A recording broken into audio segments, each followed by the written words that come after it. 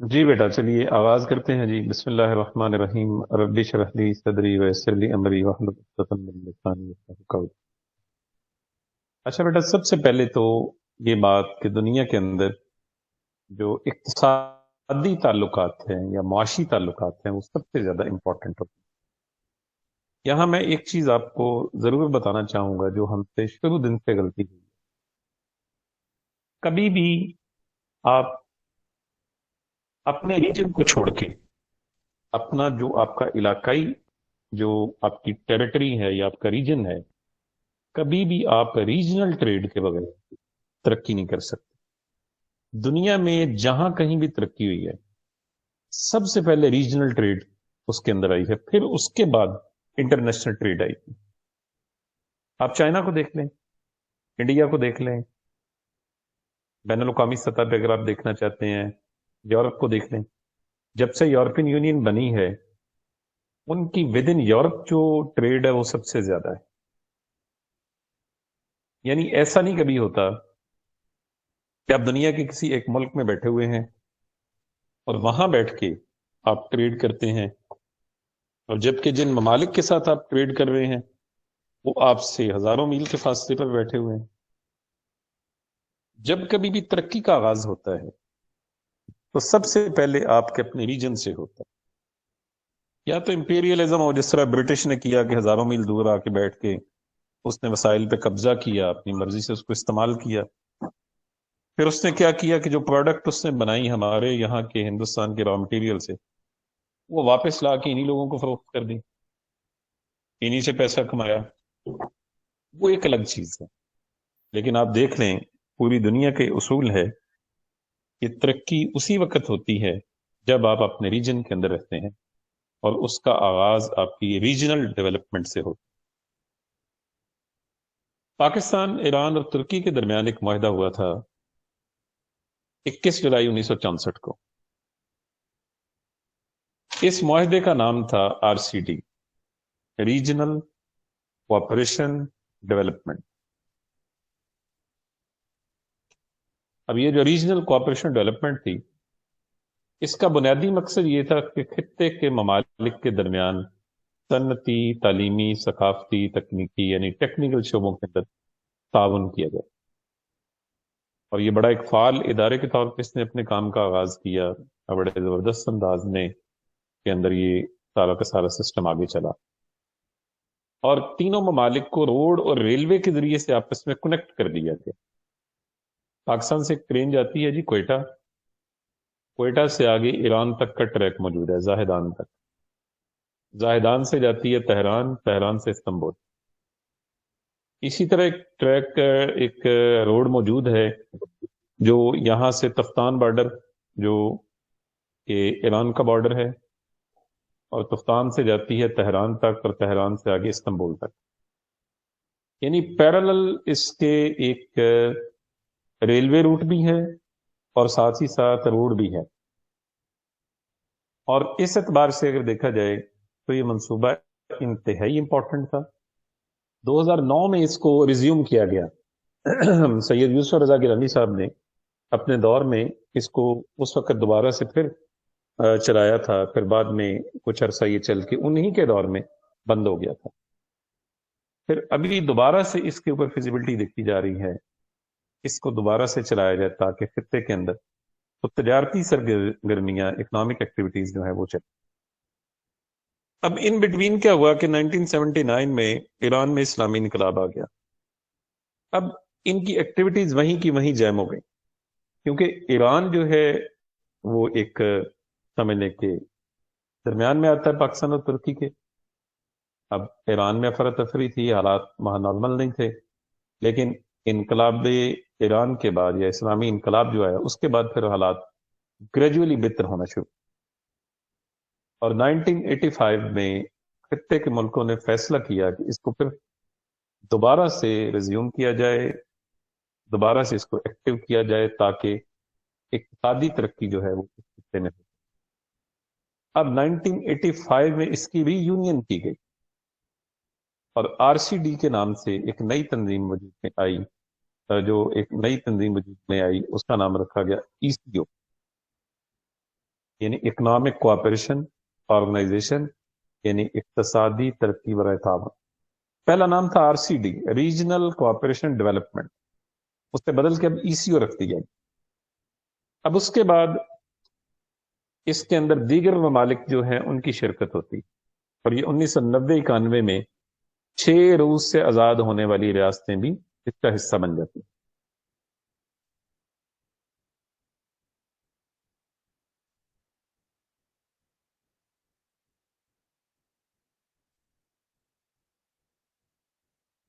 اور اس کے بعد ہم دیکھتے ہیں افغانستان بھی اس کا حصہ بن جاتی ہے.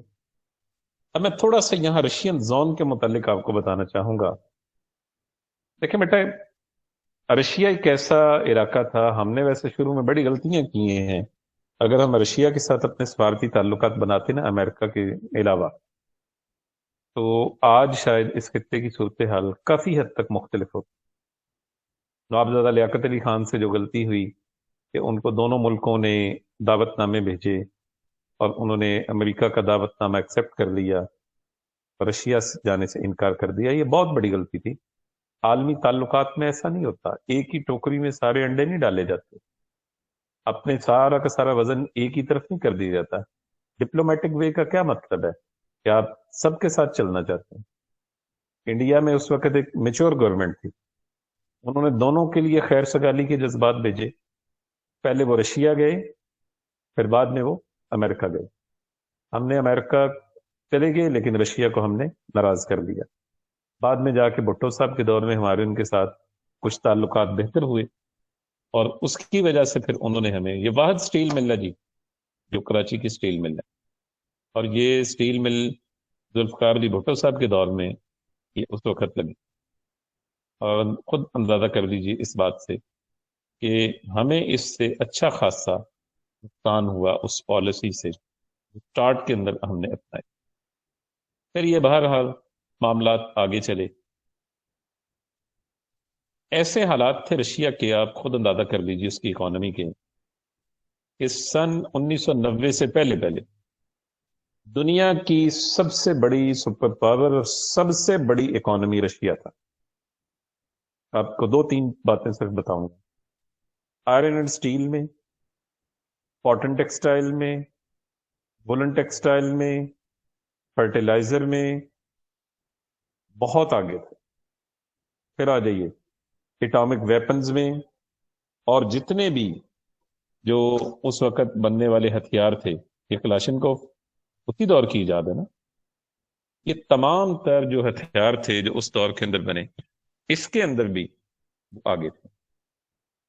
اور امریکن کو بہت بڑا تھریٹ تھا اس اعتبار سے.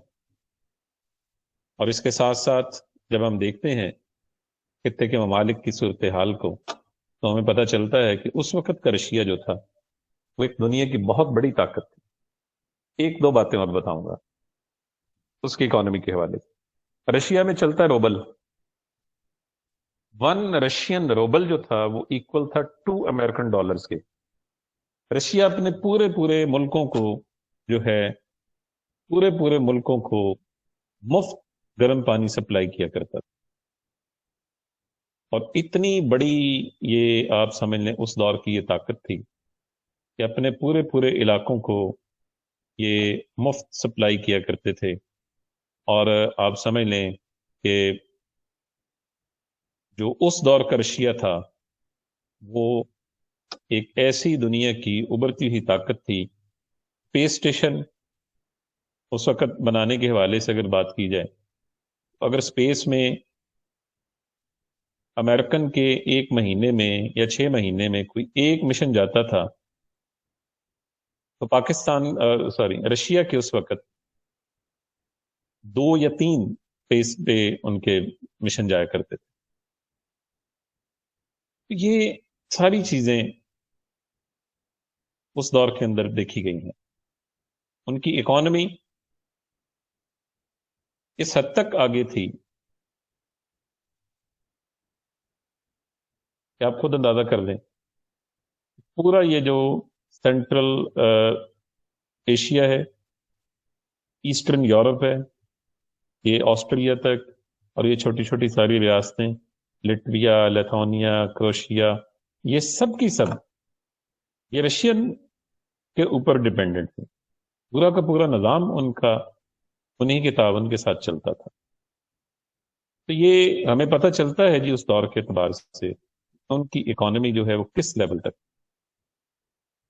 اب ذرا تھوڑا سا آگے دیکھیے گا اس اعتبار سے تو ہمیں پتہ چلتا ہے کہ اقتصادی تعاون برائے ترقی کے ان ممالک میں یہ جو 6 ریاستیں ہیں خاص طور پہ تاجکستان، قزاقستان یا قازقستان، ازبکستان، کرغزستان، ترکمانستان اور Azerbaijan. These are all land lock countries of the world. یہ دنیا کے وہ ممالک ہیں جنہیں کچھ سمندر نہیں لگتا انکلوڈنگ افغانستان. اور یہ سب کے سب ڈپینڈنٹ ہیں پاکستان کے اوپر. اور جو رشین زون ہے وہ تو استعمال کرتے ہیں رشیا کی بندرگاہوں کو، لیکن چونکہ راستے میں افغانستان آتا ہے، راستہ ہم تک آنے کا ان کے لیے خاصا دشوار ہے. تجارتی جو قافلے ہیں وہ بھی سیکیور نہیں ہیں، ورنہ اتنا اچھا وے جو ہم ان کو دے سکتے ہیں شاید ہی دنیا میں کہیں اور سے ان کو وہ نہ ملے. اور پھر یہاں سے ان کی کاسٹ بھی بچتی ہے، بڑا پیسہ بچتا ہے ان کا اس ریجن سے. اگر وہ کنیکٹ ہو جاتے ہیں نا، ایک تو ان کی پروڈکٹ عالمی منڈی میں جاتی ہے، دوسرا عالمی منڈی سے کچھ چیز امپورٹ کرتے ہیں تو وہ بھی سستے داموں ان تک پہنچے. چلیے بہرحال یہ سارے معاملات جو ہیں اس وقت دیکھے گئے. اس کے بعد آگے دیکھیے گا ای سی او کا جو اس وقت مینیفیسٹو بنایا گیا یا جو مقاصد سامنے آئے کہ باہمی تجارت کو فروغ دیا جائے گا، مال تجارت کی آزادانہ نقل و حمل ہوگی، صنعت و تجارت کے ایوانوں میں قریبی رابطہ، اس کے علاوہ رکن ممالک کے درمیان ڈاک کی شرح میں کمی تاکہ ایک دوسرے کی طرف آنا جانا آسان ہو چیزوں کا. مشترکہ مفادات کے لیے منصوبہ بندی، سیاحت کے فروغ کے لیے اب بھی اسی پالیسی کے اوپر عمل ہو رہا ہے. آپ سینٹرل ایشین کسی اسٹیٹ میں جانا چاہتے ہیں کوئی ویزا مشکل نہیں ہے رکن ممالک کا. آپ ترکی جانا چاہتے ہیں، ایران جانا چاہتے ہیں، سینٹرل ایشیا جانا چاہتے ہیں، آسانی سے آپ کو ویزے مل جاتے ہیں. بلکہ اب تو بعض یہ جو کمپنیاں کام کرتی ہیں ٹورزم کے اوپر وہ آپ کو ویزے لے دیتی ہیں، ٹریول ایجنٹ آپ کو ویزا لے دیتا ہے. اس قدر آسان ہے. انتہائی خوبصورت علاقے ہیں. معاشی ترقی چلیں اس لیول کی نہیں ہے لیکن خوبصورتی بہت ہے. چونکہ رشین زون میں رہے ہیں کسی حد تک وہاں ڈیولپمنٹ بھی آپ کو نظر آتی ہے، خوبصورتی نیچر بھی آپ کو نظر آتی ہے. اسی طرح مشترکہ ہوائی اور جہاز راں کمپنیوں کا قیام، اور ایسے ہی مشترکہ تیل، قدرتی گیس اور دیگر چیزیں جس میں آئل ریفائنری کا قیام، یہ سب چیزیں اس دور کے اندر سامنے آئی. رکن ممالک کو زمینی مواصلات کے ذریعے آپس میں ملانا، مشترکہ تکنیکی تربیت کے پروگرامز اور جامعات میں تاریخ، تمدن اور ثقافت کے شعبوں کا قیام، اعلیٰ تعلیم کے لیے تعاون اور طلبہ کے لیے وظائف. اب بھی آپ دیکھ رہے ہیں ہمارے کتنے طلبہ یہ رشین سٹیٹس میں پڑھ رہے ہیں، بلکہ جو ایم بی بی ایس کرنے والے پچھلے دور میں ایک بڑی تعداد جو تھی وہ رشین ان ریاستوں سے پڑھ کے آتے تھے جنہیں پاکستان میں ایڈمیشن نہیں ملتا تھا.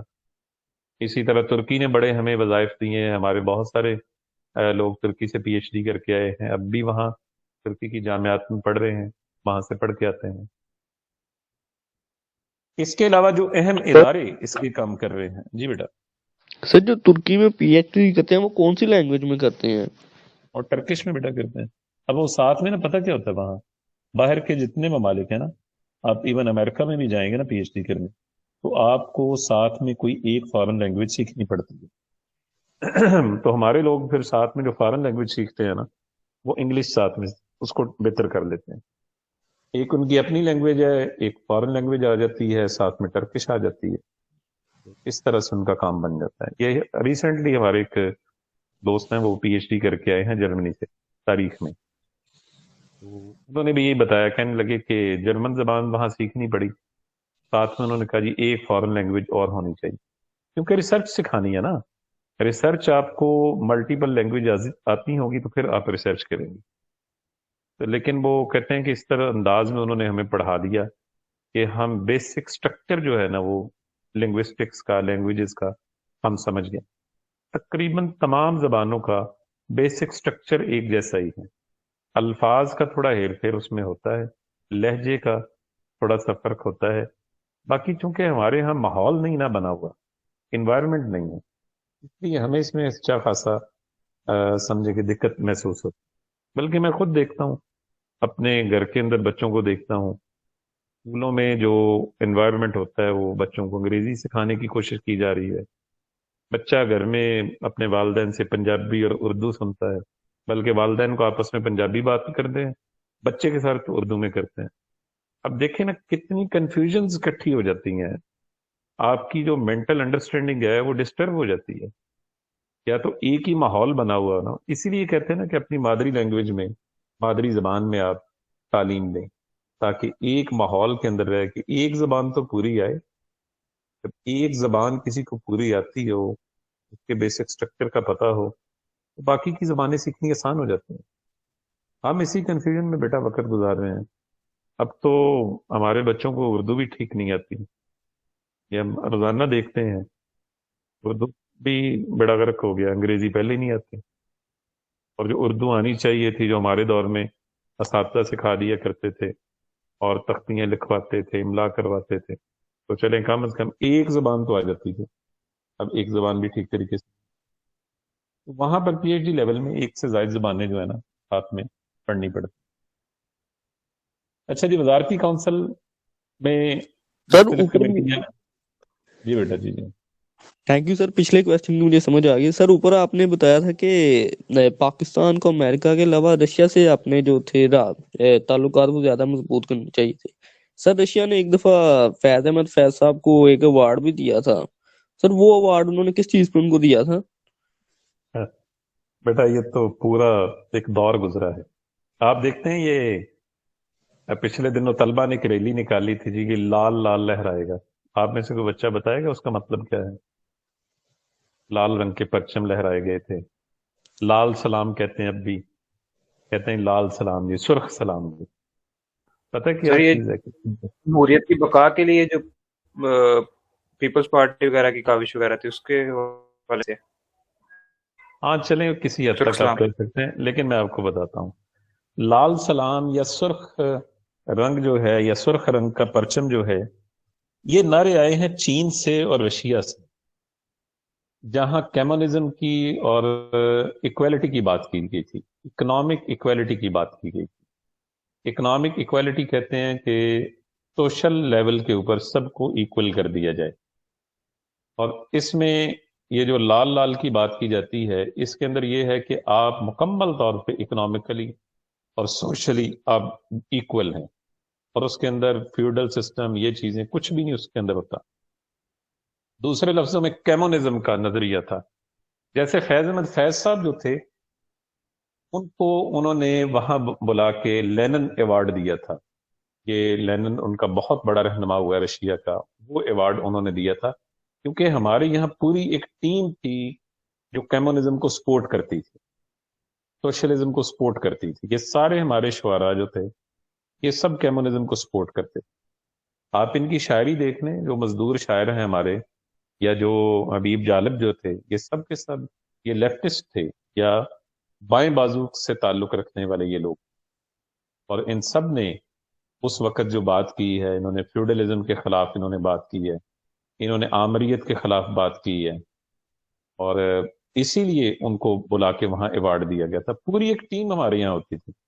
آپ ان کی شاعری دیکھنے فیض احمد فیض صاحب کی، بلکہ ایک نظم کا ایک حصہ مجھے یاد ہے، ان کی ایک نظم ہے سوچ کے نام سے، اور اس کے اندر آپ دیکھ لیں وہ کس طرح سے اس چیز کو بیان کرتے ہیں. باقی ان کو بھی آپ دیکھ لیں، حبیب جالب کو، یہ سب کے سب اس دور کے لوگ ہیں کہ جو اس کو سپورٹ کرتے تھے، سوشلزم کو سپورٹ کرتے تھے، کمیونزم کو جو سپورٹ کرتے تھے. کہ فیض صاحب کی نظم ہے جی، کیوں میرا دل شاد نہیں، کیوں خاموش رہا کرتا ہوں، چھوڑو میری رام کہانی، میں جیسا بھی ہوں اچھا ہوں. پھر آگے کہتے ہیں بے فکر دن دولت والے، یہ آخر کیوں خوش رہتے ہیں، ان کا سکھ آپس میں بانٹیں، یہ بھی آخر ہم جیسے ہیں، ہم نے مانا جنگ کڑی ہے، سر پھوٹیں گے خون بہے گا، خون میں غم بھی بہ جائیں گے، ہم نہ رہیں گے غم بھی نہ رہے گا۔ یہ نظمیں ان کی انقلابی نظمیں تھیں۔ یہ تو بڑی زبان زد عام ہمارے دور کے اندر کئی لوگ ایسے ہوتے تھے تو جن کو پورا پورا فیض یاد ہوتا تھا، حبیب جالب کی نظمیں ان کو یاد ہوتی۔ تو یہ اس دور کے لوگ ہیں نہیں جو کمیونزم کو سپورٹ کرتے تھے اور جو بات کرتے تھے اس وقت کی۔ اب بھی مزدور کسان پارٹی ہے اور کئی پارٹیاں بنی ہیں جو کارل مارکس کے نظریات کی بات کرتی ہیں۔ تو بہرحال بیٹا وہ ایک پورا دور گزرا ہے اس سے پاس۔ اس کے بعد منصوبہ بندی کونسل اور سیکریٹریٹ اس کا بنایا گیا، جس کا ڈپٹی سیکرٹری بھی ہوتا اور جنرل سیکرٹری بھی ہوتا۔ اقتصادی تعاون کی تنظیم کے جو آج تک اجلاس ہوئے ہیں، 1986 میں اسلام آباد میں اس کا اجلاس ہوا اور اس کے اندر باہمی تجارت، صنعت، تعلیم، اس کے اوپر زور دیا گیا، اور پاکستان نے ایران کو گندم، چاول اور سوتی کپڑا وغیرہ برآمد کیا، اور جبکہ ان سے تیل درآمد کیا۔ پھر 1990 میں اس کی کانفرنس ہوئی کہ اتنی افیکٹو نہیں رہی، لیکن اگر آج یہ ایکٹیولی ہو جائے نا تو دو تین مسائل ہیں ان کے چھوٹے موٹے۔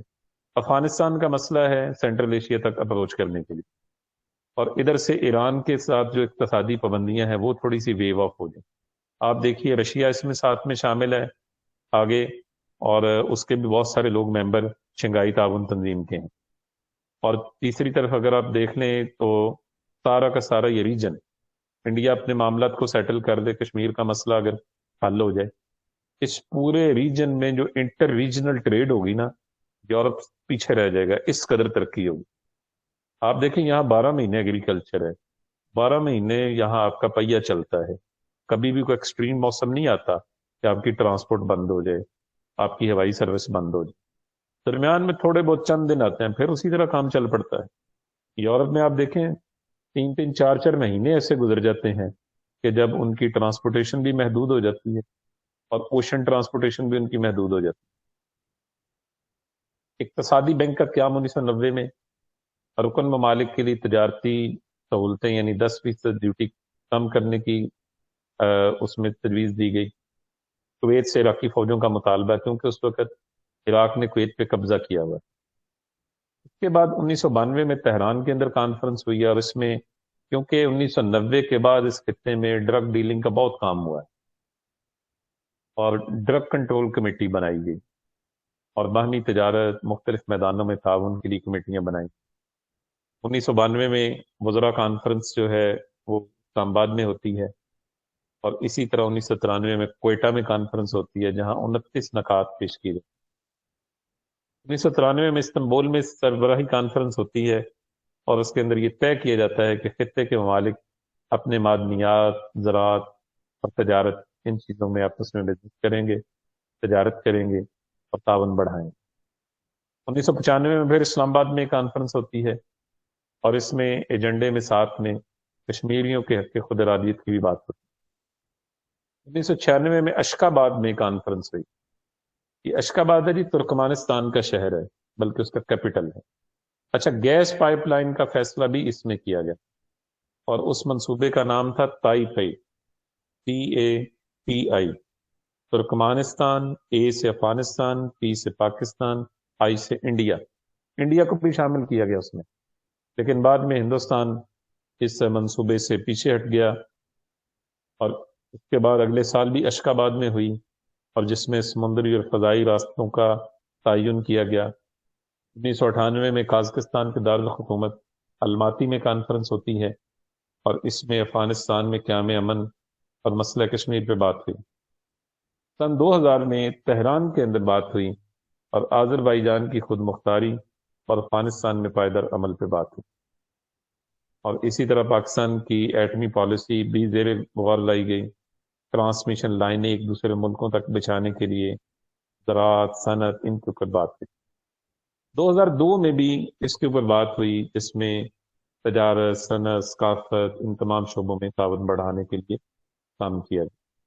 2004 میں دوشنبے میں تاجکستان کا کیپٹل ہے، بات ہوئی کہ خطے میں پائیدار امن کے لیے کام کیا جائے۔ اس کے بعد آذربائیجان کے دارالخلافہ باکو میں، باکو کہتے ہیں بہت خوبصورت شہر ہے جی دنیا کے چند خوبصورت شہروں میں آتا ہے. وہاں یہ کانفرنس ہوئی ہے اور کشمیر کا مسئلہ بھی زیر بحث لایا گیا. پھر 2008 میں سربراہی کانفرنس ہوئی ہے اسلام آباد. اقتصادی تعاون کی تنظیم کا اگر جائزہ لیا جائے اس کی کارکردگی کا، RCD کے ذریعے سے یا ECO کے ذریعے سے بعد میں 5,500 کلومیٹر طویل سڑکیں بنی، جنہوں نے انقرہ اور استنبول کو، اس خطے کو آپس میں جوڑ دیا، کراچی، تہران، انقرہ تک. صنعتی تعاون کو فروغ ملا اس سے، اور اسی طرح پاکستان اور دیگر ممالک کے درمیان باہمی طور پہ تجارت کو فروغ ملا. یہ پچھلے چند سال پہلے جب یہ پابندیاں نہیں تھیں، ہماری بہت زیادہ ٹریڈ تھی، ایران کے ساتھ بہت ٹریڈ تھی ہماری، اسی طرح ترکی کے ساتھ بہت زیادہ ٹریڈ تھی. اب بھی ترکی سے امپورٹ بہت زیادہ ہے. آپ اب بھی دیکھیں، کھانے پینے والی بھی کئی اشیاء آپ کو نظر آئیں گی جو مارکیٹ کے اندر موجود ہیں، جو ترکی سے آتے ہیں. اور فنی اور ثقافتی تعاون بڑھایا گیا، سیاحت کو فروغ دیا گیا. پبلک ایڈمنسٹریشن میں دیکھیں، مختلف اداروں کے درمیان باہمی طور پہ ایک دوسرے کے ساتھ تعاون، بلکہ ٹرکش ٹرینر یہاں آتے رہے. یہ CTT جب بنی تھی نا شباز شریف کے دور میں، تو اس وقت ٹرکش آئے تھے یہاں پر ان کو تربیت دینے کی. وہ تو بعد میں پولیس کا سٹرکچر جو ہے اس طرح کا ہے، انہوں نے ان کو ایکسیپٹ نہیں کیا اور چلنے نہیں دی. اقتصادی تعاون کی تنظیم کی جو مشکلات ہیں، ایک تو ایران کے انقلاب کے بعد تھوڑا سا تعطل آیا تھا، لیکن اب بحال ہو چکا ہے.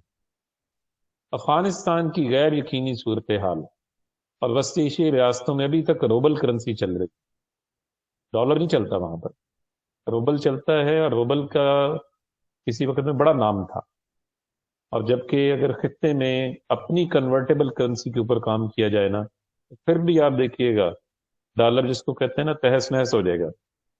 لیکن کیونکہ دنیا کی بڑی طاقتیں جو ہیں ان کے ساتھ چھوٹے ملکوں کے مفادات وابستہ ہوتے ہیں، اس لیے وہ اس طرح کا کام نہیں کرتے، بڑی طاقت جو ہے وہ ناراض. حاصل کلام اس ساری بات کا یہ ہے کہ اگر اس خطے میں، اس ریجن میں مشترکہ طور پہ وسیع بنیادوں کے اوپر ایک ایسا نظام لایا جائے کہ جس میں زیادہ سے زیادہ تجارتی سہولتیں دی جائیں. اب تو انڈیا بھی تیار ہے اس بات کے اوپر، لیکن وہ ہٹ درمی کے اوپر بیٹھا ہوا ہے نا.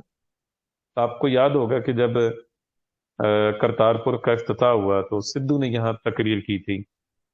سدھو نے اس تقریر میں یہ کہا تھا کہ میں چاہتا ہوں کہ یہاں امرتسر سے ایک بندہ صبح نکلے ساگ اور مکئی کی روٹی کھا کے، اور جا کے لاہور میں بریانی کھا کے تو شام کو واپس آ جائے. کیا تھی بات؟ وہ دراصل تجارت کی بات تھی. سشما سوراج ان کی وزیر خارجہ فوت ہوئی ہے پچھلے دنوں میں، اس نے بھی پاکستان سے بات کی تھی کہ آپ ہمیں راستہ دیں، ہم آگے سینٹرل ایشیا تک جانا چاہتے ہیں. لیکن بیٹے اس طرح ہوتا نہیں ہے جب تک آپ اپنے مسائل حل نہیں کرتے. اگر ہم بات کریں فرانس اور جرمنی کی کہ انہوں نے اپنے راستے بحال کیے، تو پہلے انہوں نے جھگڑے ختم کیے. جب تک جھگڑے ختم نہیں ہوتے کبھی پائیدار تعلقات نہیں بنتے. ان مسائل کو حل کیا جائے، ایران کے مسئلے کا حل دیکھا جائے تاکہ وہ گیس پائپ لائن بھی ہم تک پہنچے، کشمیر کے معاملات سیٹل ہوں، افغانستان میں پائیدار امن ہے. اگر یہ تینوں معاملات ٹھیک ہو جاتے ہیں نا، آپ دیکھیے گا صرف ایک ڈیکڈ مل جائے ان کو پرامن طریقے سے، صرف 10 سال، یہ خطہ بہت آگے نکل جائے گا، اس کی اقتصادی صورتحال بہت بہتر ہو جائے گی. جی بیٹا ٹھیک ہے، ایک ٹاپک ہے اسلامک کانفرنس کی تنظیم کا، انشاءاللہ موقع ملا تو کوئی سوال آپ کے ذہن میں ہو مجھ سے پوچھیے.